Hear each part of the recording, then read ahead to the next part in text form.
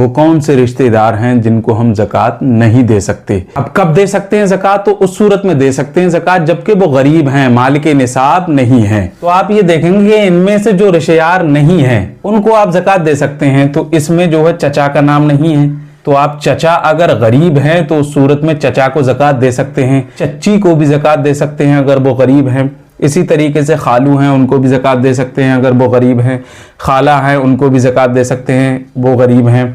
फूफा हैं तो उनको भी आप ज़कात दे सकते हैं, वो गरीब हैं। फूफी हैं, उनको भी ज़कात दे सकते हैं अगर वो गरीब हैं। मामू हैं तो उनको भी ज़कात दे सकते हैं अगर वो गरीब हैं। मम्मी हैं, उनको भी ज़कात दे सकते हैं। यानी इस चार्ट में से अगर कोई मौजूद नहीं है तो उसको ज़कात दे सकते हैं। अब देखें 2 नंबर पर, यानी भाई है तो भाई को आप ज़कात दे सकते हैं। क्यों दे सकते हैं? क्योंकि उसका नाम यहां पर नहीं है। बहन है तो उसको आप ज़कात दे सकते हैं। क्यों? क्योंकि उसका नाम यहां नहीं है। अब भतीजा है तो भतीजे को भी ज़कात दे सकते हैं क्योंकि भतीजे का नाम यहां नहीं है। भतीजा कौन? आपके भाई का बेटा।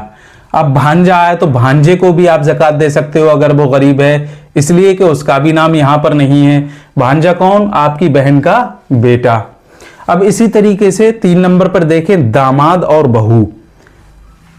तो यानी बेटी को आप ज़कात नहीं दे सकते हो लेकिन दामाद को ज़कात दे सकते हो। इसी तरीके से बेटा को आप ज़कात नहीं दे सकते हो लेकिन अपनी बहू को ज़कात दे सकते हो। 4 नंबर पर देखें, आप सास को भी ज़कात दे सकते हैं, ससुर को भी ज़कात दे सकते हैं। यानी आपकी बीवी की जो माँ है वो आपकी सास बनेगी तो आप अपनी सास को भी ज़कात दे सकते हैं अगर वो गरीब हैं।